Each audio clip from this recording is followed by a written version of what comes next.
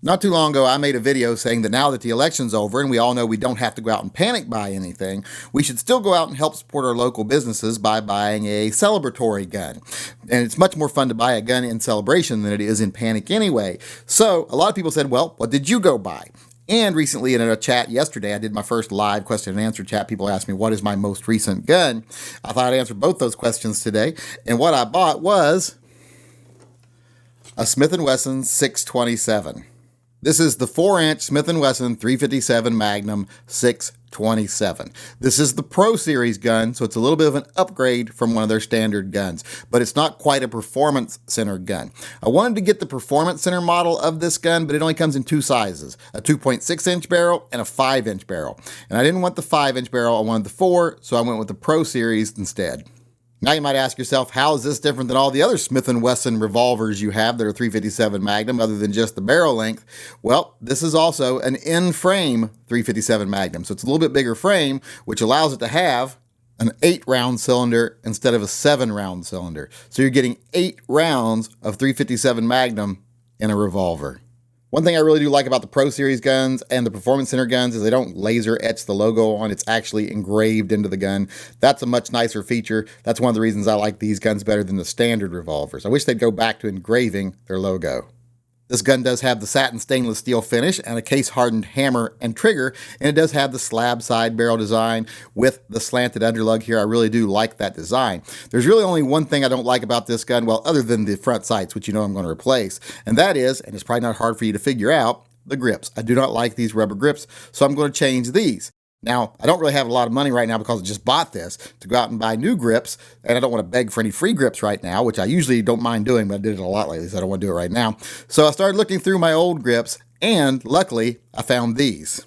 These are a pair of the old combat-style wooden grips that came on, I think it was one of my old Smith & Wesson 629s. This type of grip was very common on Smith & Wesson for years. I'm not even sure what kind of wood that is, but one thing I do know is these ones are a little beat up, and I don't really like that orange color. These have been to the range with me many, many times. They got lots of dings and scratches and worn flat spots. But overall, they're kind of glossy. I really don't like that glossy finish, and I definitely don't like that orange tone. So I'm going to refinish them a little bit. I won't bore you with that part. I'm just going to take them over, sand them down a little bit, maybe put a little dark stain on them to darken the color up just a touch and see how they look then. Okay, here's what they're going to look like now that they've been refinished. Sanded this off. I've given it one coat of stain. I might give it one more coat of stain, and then I'll seal them with a matte finish. As you can see, they're not as glossy now. This is about the gloss finish it'll end up with, this kind of a satin finish, and it'll be just a touch darker than this maybe, or I might leave it like this. I haven't decided yet, but that gives you an example of how they're going to look once they get on there. If you look at them compared to the side that I haven't done, you can see the finish is a lot more satiny, not as glossy, well, at least in spots where this is still glossy. And the finish isn't quite as orange. It's just a shade or two darker, which I think makes it look a lot better. Okay, they are both refinished now, so let's go ahead and get them on the gun. Like I said, I don't know what kind of wood these are. I think they're probably like some sort of galanco or zebra wood, which is all in the same family anyway, same kind of wood. So I'm not really sure, but they look a lot better now, so let's go ahead and get them put on the gun.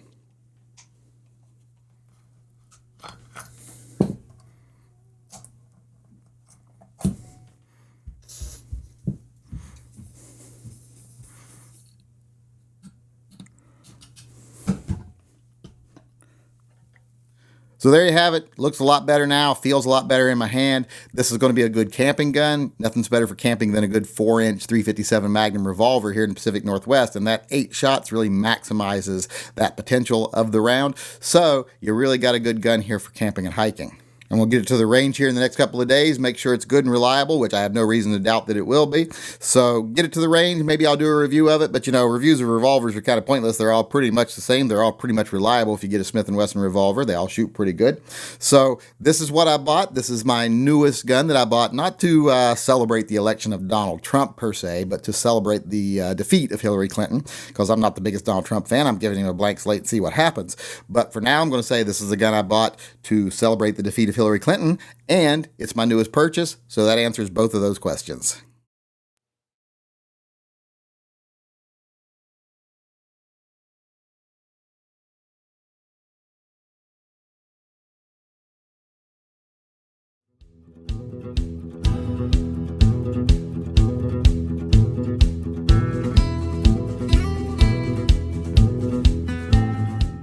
You ain't even my real dad?